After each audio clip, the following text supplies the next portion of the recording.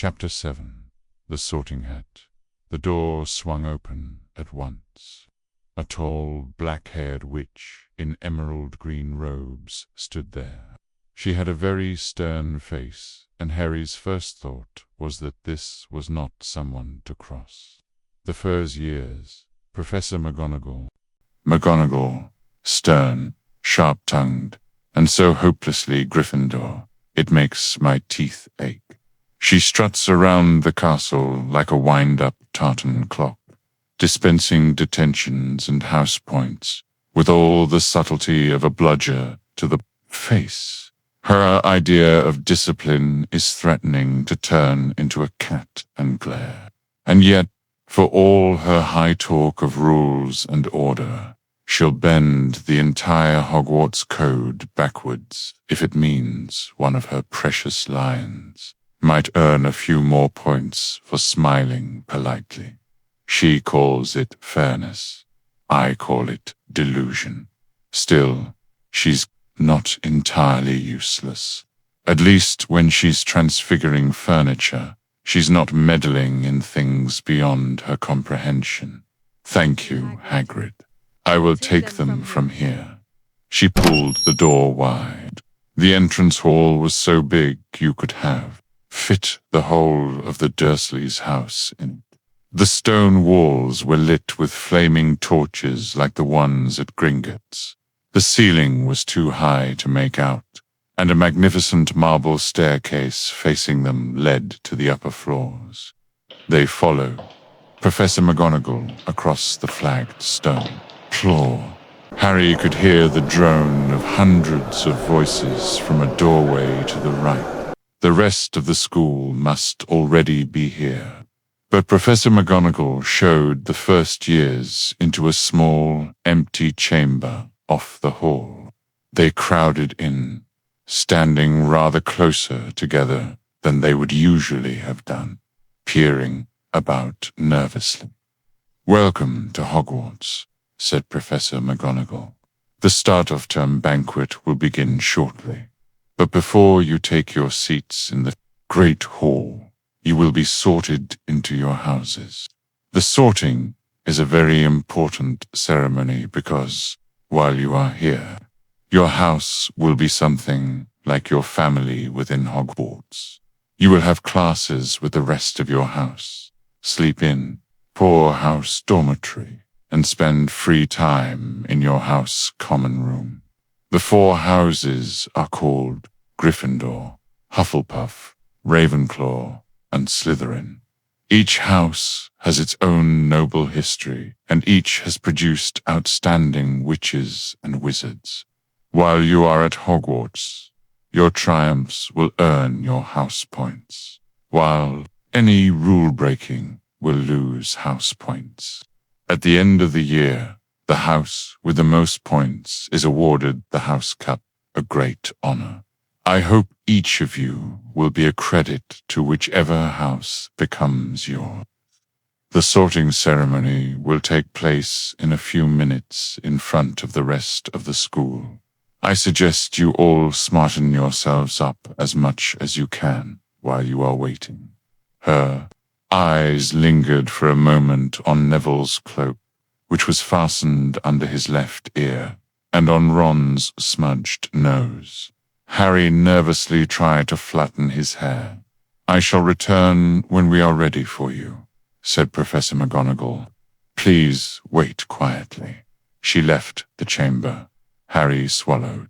"How exactly do they sort us into houses?" he asked Ron.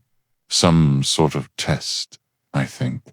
Fred said it hurts a lot, but I think he was joking." Harry's heart gave a horrible jolt. A test, in front of the whole school.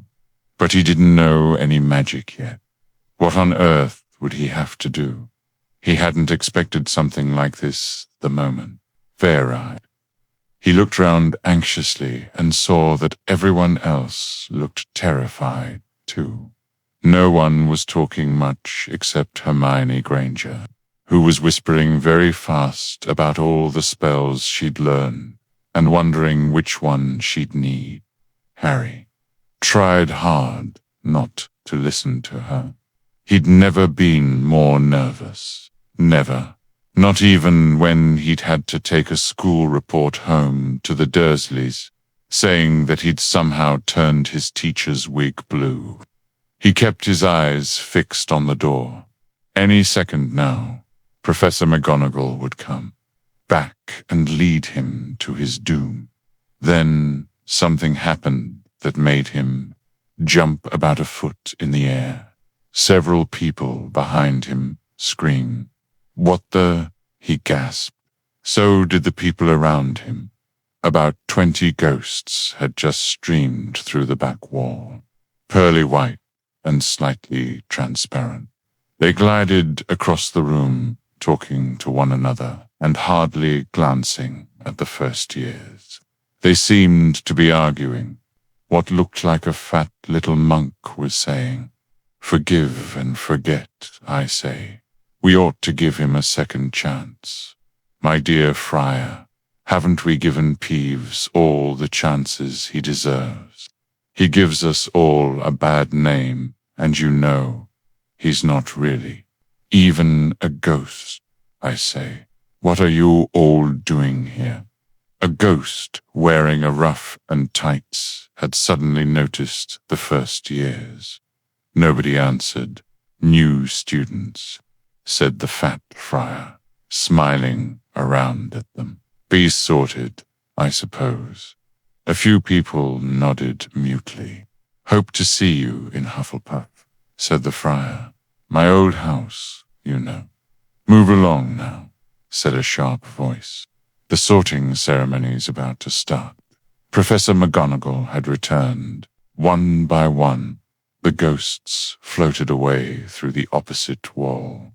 "Now, form a line," Professor McGonagall told the first years, "and follow me." Feeling oddly as though his legs had turned to lead, Harry got into line behind a boy with sandy hair, with Ron behind him, and they walked out of the chamber, back across the hall, and through a pair of double doors into the great hall. Harry had never even imagined such a strange and splendid place. It was lit by thousands and thousands of candles that were floating in mid-air over 4 long tables where the rest of the students were sitting. These tables were laid with glittering, golden plates and goblets. At the top of the hall was another long table where the teachers were sitting. Professor McGonagall led the first years up here, so that they came to a halt in a line facing the other students, with the teachers behind them. The hundreds of faces staring at them looked like pale lanterns in the flickering candlelight, dotted here and there among the students. The ghosts shone misty silver, mainly to avoid all the staring eyes. Harry looked upward and saw a velvety black ceiling dotted with stars. He heard Hermione whisper, "It's bewitched to look like the sky outside. I read about it in Hogwarts, a history." It was hard to believe there was a ceiling there at all, and that the great hall didn't simply open onto the heavens. Harry quickly looked down again as Professor McGonagall silently placed a 4-legged stool in front of the first years. On top of the stool, she put a pointed wizard's hat.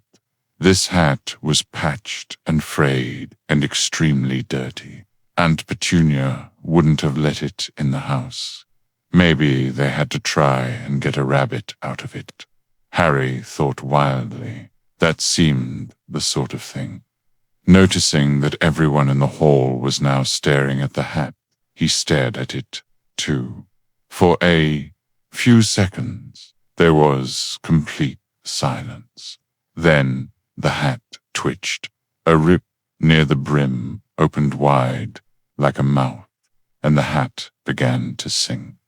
"Oh, you may not think I'm pretty, but don't judge on what you see. I'll eat myself if you can find a smarter hat than me." You can keep your bowlers black, your top hats sleek and tall, for I'm the Hogwarts sorting hat hand. I can cap them all. There's nothing hidden in your head the sorting hat can't see. So try me on, and I will tell you where you ought to be. You might belong in Gryffindor, where dwell the brave at heart. Their daring nerve and chivalry set Gryffindors apart. You might belong in Hufflepuff, where they are just and loyal. Those patient Hufflepuffers are true and unafraid of toil. Or yet in wise old Ravenclaw, if you've a ready mind, where those of wit and learning will always find their kind. Or perhaps in Slytherin you'll make your real friends. Those cunning folk use any means to achieve their ends. So put me on. Don't be afraid. And don't get in a flap. You're in safe hands, though I have none, for I am a thinking cat. The whole hall burst into applause as the hat finished its song. It bowed to each of the 4 tables and then became quite still again. So we've just got to try on the hat, Ron whispered to Harry. I'll kill Fred. He was going on about wrestling a troll. Harry smiled weakly. Yes, trying on the hat was a lot better than having to do a spell. But he did wish they could have tried it on without everyone watching. The hat seemed to be asking, rather, a lot. Harry didn't feel brave or quick-witted or any of it at the moment. If only the hat had mentioned a house for people who felt a bit queasy. That would have been the one for him. Professor McGonagall now stepped forward, holding a long roll of parchment. When I call your name, you will put on the hat and sit on the stool to be sorted, she said. Abbot, Hannah, a pink-faced girl with blonde pigtails, stumbled out of line, put on the hat, which fell right down over her eyes, and sat down. A moment's pause, Hufflepuff, shouted the hat.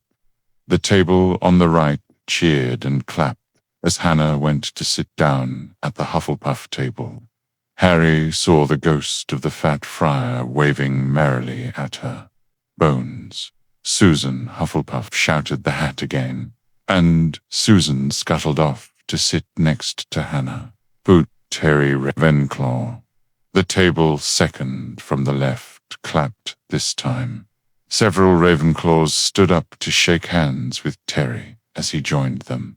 Brocklehurst, Mandy went to Ravenclaw too, but Brown Lavender became the first new Gryffindor, and the table on the far left exploded with cheers. Harry could see Ron's twin brothers catcalling. Bulstrode. Millicent then became a Slytherin. Perhaps it was Harry's imagination. After all, he'd heard about Slytherin. But he thought they looked like an unpleasant lot. He was starting to feel definitely sick now.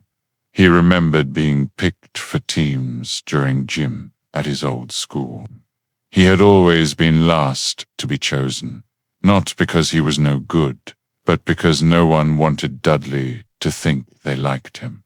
Finch Fletchley, Justin, Hufflepuff sometimes. Harry noticed the hat shouted out the house at once, but at others it took a little while to decide.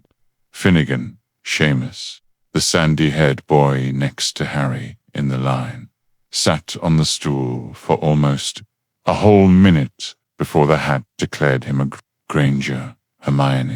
Hermione almost ran to the stool and jammed the hat eagerly on her head. Gryffindor shouted the hat. Ron groaned. A horrible thought struck Harry, as horrible thoughts always do when you're very nervous. What if he wasn't chosen at all? What if he just sat there with the hat over his eyes for ages, until Professor McGonagall jerked it off his head? and said there had obviously been a mistake, and he'd better get back on the train. When Neville Longbottom, the boy who kept losing his toad, was called, he fell over on his way to the stool. The hat took a long time to decide with Neville. When it finally shouted, "Gryffindor," Neville ran off, still wearing it, and had to jog back amid gales of laughter to give back. Malfoy swaggered forward when his name was called, and got his wish at once. The hat had barely touched his head when it screamed, "Slytherin."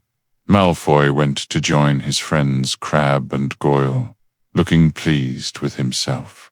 There weren't many people left now. Moon knocked Parkinson, then a pair of twin girls.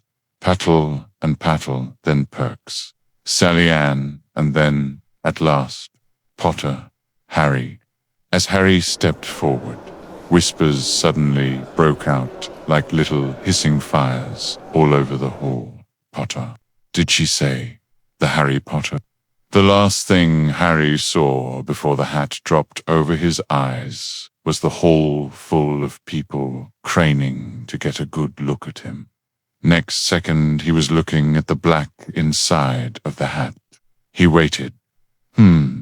Said a small voice in his ear. "Difficult, very difficult. Plenty of courage. I see. Not a bad mind, either. There's talent. My goodness, yes, and a nice thirst to prove yourself.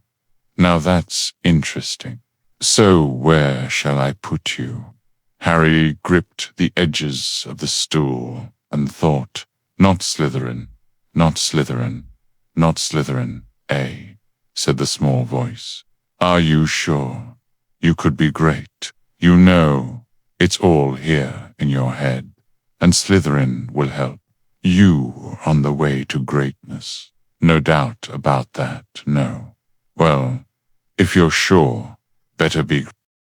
Of course he was given a choice.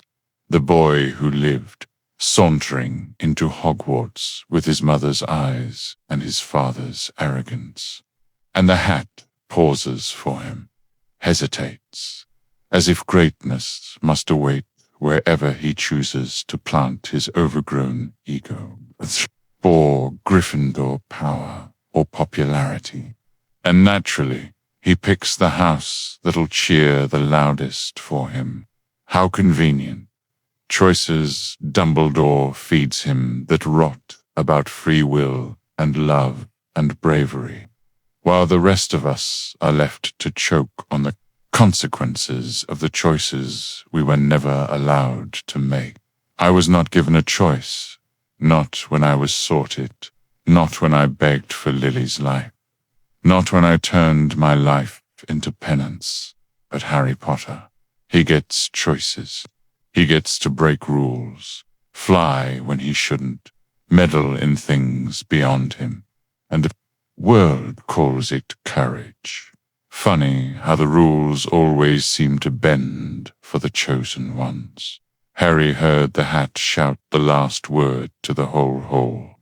He took off the hat and walked shakily toward the Gryffindor table. He was so relieved to have been chosen and not put in Slytherin. He hardly noticed that he was getting the loudest cheer yet. Percy, the prefect, got up and shook his hand vigorously, while the Weasley twins yelled, "We got Potter! We got Potter!" Harry sat down opposite the ghost in the ruff he'd seen earlier. The ghost patted his arm, giving Harry the sudden, horrible feeling he'd just plunged it into a bucket of ice-cold water. He could see the high table properly now. At the end nearest him sat Hagrid, who caught his eye and gave him the thumbs up. Harry grinned back, and there, in the center of the high table, in a large gold chair, sat Albus Dumbledore. Harry recognized him at once from the card he'd gotten out of the chocolate frog on the train. Dumbledore's silver hair was the only thing in the whole hall that shone as brightly as the ghosts. Harry spotted Professor Quirtle, too, the nervous young man from the leaky cauldron. He was looking very peculiar in a large purple turban, and now there were only 3 people left to be sorted. Thomas, Dean, a black boy even taller than Ron, joined Harry at the Gryffindor table. Turpin, Lisa, became a Ravenclaw, and then it was Ron's turn. He was pale green by now. Harry crossed his fingers under the table, and a second later the hat had shouted, "Gryffindor." Harry clapped loudly with the rest as Ron collapsed into the chair next to him. "Well done, Ron. Excellent," said Percy Weasley pompously across Harry's Zabini blaze was made a Professor McGonagall rolled up her scroll and took the sorting hat away. Harry looked down at his empty gold plate. He had only just realized how hungry he was. The pumpkin pasties seemed ages ago. Albus Dumbledore had gotten to his feet. He was beaming at the students, his arms opened wide, as if nothing could have pleased him more than to see them all there. "Welcome," he said. "Welcome to a new year at Hogwarts. Before we begin our banquet, I would like to say a few words. And here they are: nitwit, blubber, tweak. Thank you." He sat back down. Everybody clapped and cheered. Harry didn't know whether to laugh or not. "Is he a bit mad?" he asked Percy uncertainly. "Mad," said Percy airily. "He's a genius, best wizard in the world. But he is a bit mad, yes. Potatoes, Harry." Harry's mouth fell open. The dishes in front of him were now piled with food. He had never seen so many things he liked to eat on one table: roast beef, roast chicken, pork chops and lamb chops, sausages, bacon and steak, boiled potatoes, roast potatoes, fries, Yorkshire, pudding, peas, carrots, gravy, ketchup, and, for some strange reason, peppermint humbug. The Dursleys had never exactly starved Harry, but he'd never been allowed to eat as much as he liked. Dudley had always taken anything that Harry really wanted, even if it made him sick. Harry piled his plate with a bit of everything except the peppermints and began to eat. It was all delicious. "That does look good," said the ghost in the rough sadly, watching Harry cut up his steak. "Can't you?" "I haven't eaten for nearly 400 years, said the ghost. "I don't need to, of course, but one does miss it. I don't think I've introduced myself. Sir Nicholas de Mimsy Porpington at your service, resident ghost of Gryffindor Tower." "I know who you are," said Ron suddenly. "My brothers told me about you. You're nearly headless, Nick. I would prefer you to call me Sir Nicholas de Mimsy." The ghost began stiffly, but sandy-haired Seamus Finnegan interrupted. "Nearly headless? How can you be nearly headless?" Sir Nicholas looked extremely miffed, as if their little chat wasn't going at all the way he wanted. "Like this," he said irritably. He seized his left ear and pulled.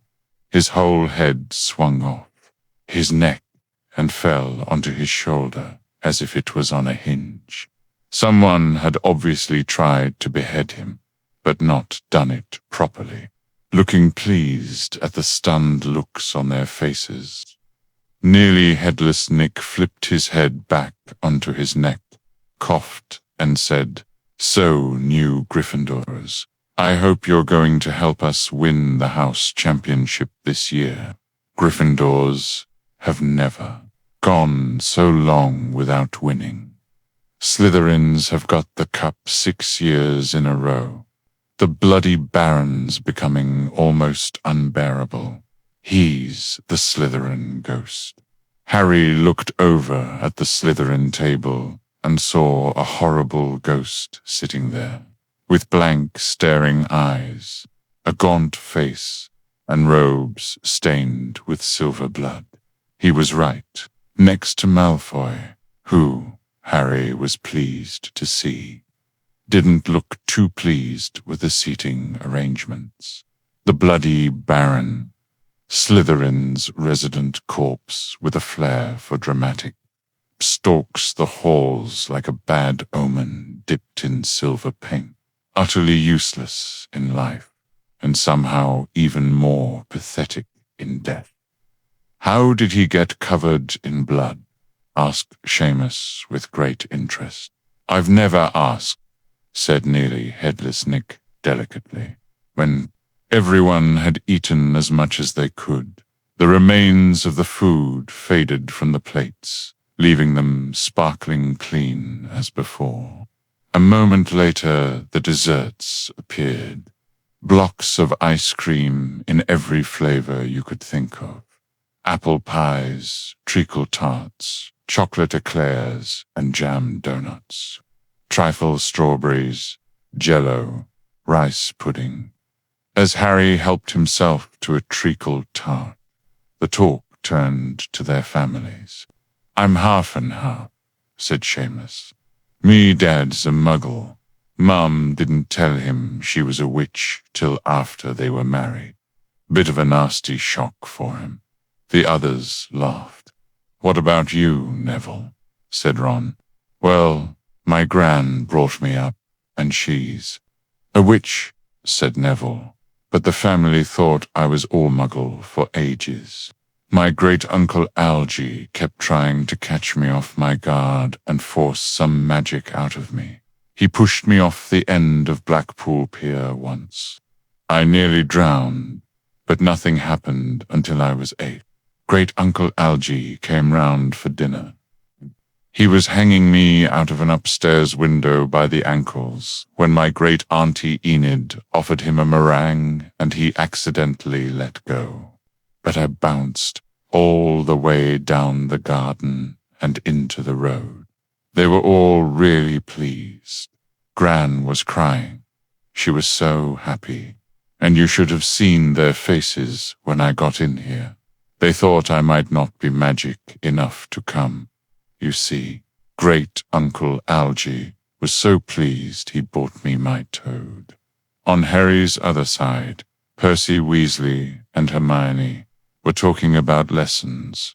I do hope they start right away. There's so much to learn. I'm particularly interested in transfiguration. You know, turning something into something else. Of course, it's supposed to be very difficult. You'll be starting small, just matches into needles and that sort of thing. Harry, who was starting to feel warm and sleepy, looked up at the high table again. Hagrid was drinking deeply from his goblet. Professor McGonagall was talking to Professor Dumbledore. Professor Quirrell, in his absurd turban, was talking to a teacher with greasy black hair, a hooked nose, and sallow skin. It happened very suddenly. The hook-nosed teacher looked past Quirrell's turban straight into Harry's eyes, and a sharp, hot pain shot across the scar on Harry's forehead. Ouch! Harry clapped a hand to his head. What is it? Asked Percy. Nothing. The pain had gone as quickly as it had come. Harder to shake off was the feeling Harry had gotten from the teacher's look, a feeling that he didn't like Harry at all. That is inconceivable. I don't know why Potter felt that way. Who's that teacher talking to Professor Quirrell? He asked Percy. Oh, you know Quirrell already, do you? No wonder he's looking so nervous. That's Professor Snape. He teaches potions, but he doesn't want to. Everyone knows he's after Quirrell's job. Knows an awful lot about the dark arts, Snape. He's after Quirrell's job. I nearly choked on my tea. Yes, clearly I spend my days dreaming of inheriting a classroom that smells like a goat's backside and listening to Quirrell stutter through basic hex theory. That turbaned fraud can't even cast a shield charm without checking his notes. Yet I'm the one supposedly lurking behind doors, scheming to steal his job. Let me be perfectly clear. I don't want Quirrell's post. I want the position, the role of defense against the dark arts professor, as it should be. Taught by someone competent, capable, and not afraid of their own shadow. But the idea that I'd be jealous of Quirrell, ludicrous. The only thing I envy is how he's managed to teach an entire term, without anyone realizing he's a walking disaster. And as for knows an awful lot about the dark arts, yes, I do. Because unlike most people in this castle, I've seen them. I've lived through them. I know how to fight them, not just recite them like bedtime stories with garlic on the side. Harry watched Snape for a while, but Snape didn't look at him again. At last, the desserts, too, disappeared, and Professor Dumbledore got to his feet again. The hall fell silent. Ahern, just a few more words, now that we are all fed and watered. I have a few start-of-term notices to give you. First years should note that the forest on the grounds is forbidden to all pupils, and a few of our older students would do well to remember that as well. Dumbledore's twinkling eyes flashed in the direction of the Weasley twins. I have also been asked by Mr. Filch, the caretaker, to remind you all that no magic should be used between classes in the corridors. Quidditch trials will be held in the second week of the term.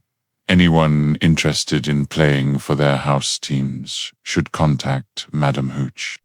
And finally, I must tell you that this year, the third-floor corridor on the right-hand side is out, bound to everyone who does not wish to die a very painful death. Harry laughed, but he was one of the few who did. He's not serious, he muttered to Percy. Must be, said Percy, frowning at Dumbledore. It's odd, because he usually gives us a reason why we're not allowed to go somewhere. The forest's full of dangerous beasts. Everyone knows that. I do think he might have told us prefects, at least. And now, before we go to bed, let us sing the school song, cried Dumbledore. Harry noticed that the other teachers' smiles had become rather fixed. Dumbledore gave his wand a little flick, as if he was trying to get a fly off the end, and a long golden ribbon flew out of it, which rose high above the tables and twisted itself, snake-like, into words. Everyone picked their favorite tune, said Dumbledore, and off we go. And the school bellowed, Hogwarts, Hoggywarty, Hoggywarty, Hogwarts. Teach us something, please. Whether we be old and bolder, young, with scabby knees, our heads could do with filling with some interesting stuff. For now they're bare and full of air, dead, flies and bits of fluff. So teach us things worth knowing. Bring back what we've forgot. Just do your best, we'll do the rest. And learn until our brains all rot. Everybody finished the song at different time.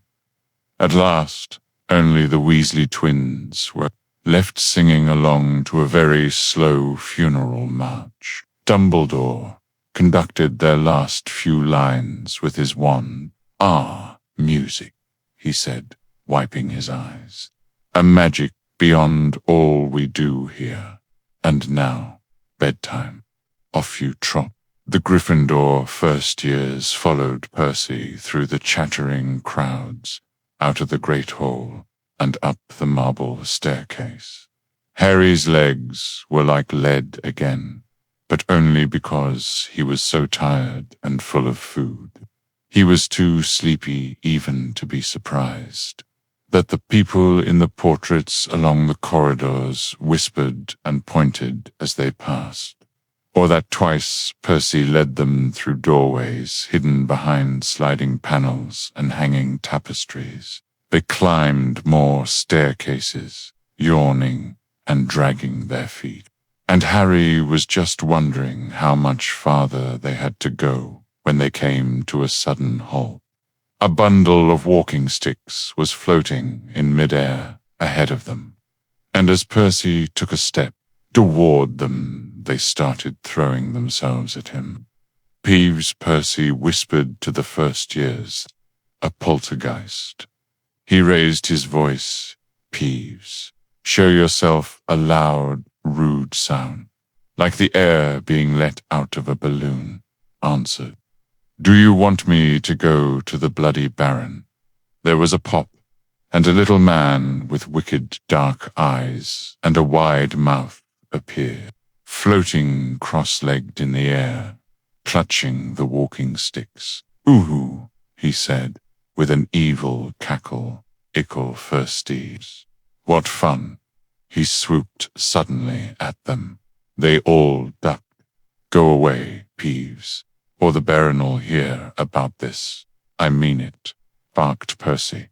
Peeves stuck out his tongue and vanished, dropping the walking sticks on Neville's head. They heard him zooming away, rattling coats of armor as he passed. "You want to watch out for Peeves," said Percy, as they set off again. "The Bloody Baron's the only one who can control him. He won't even listen to us prefects. Here we are." At the very end of the corridor hung a portrait of a very fat woman in a pink silk dress. "Password," she said. "Caput Draconis," said Percy. And the portrait swung forward to reveal a round hole in the wall. They all scrambled through it.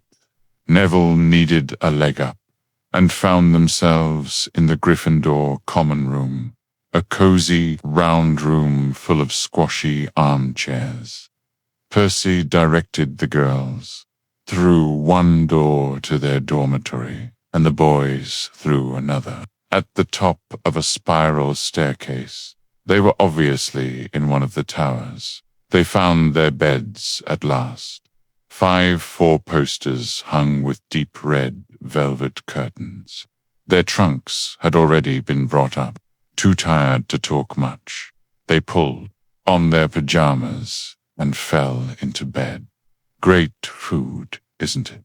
Ron muttered to Harry through the hangings. "Get off, Scabbards, he's chewing my sheets." Harry was going to ask Ron if he'd had any of the treacle tart, but he fell asleep almost at once. Perhaps Harry had eaten a bit too much, because he had a very strange dream. He was wearing Professor Quirrell's turban, which kept talking to him, telling him he must transfer to Slytherin at once, because it was his destiny. Harry told the turban he didn't want to be in Slytherin. It got heavier and heavier. He tried to pull it off, but it tightened painfully, and there was Malfoy, laughing at him as he struggled with it. Then Malfoy turned into the hook-nosed teacher, Snape, whose laugh became high and cold. There was a burst of green light, and Harry woke, sweating and shaking. He rolled over and fell asleep again. And when he woke next day, He didn't remember the dream at all.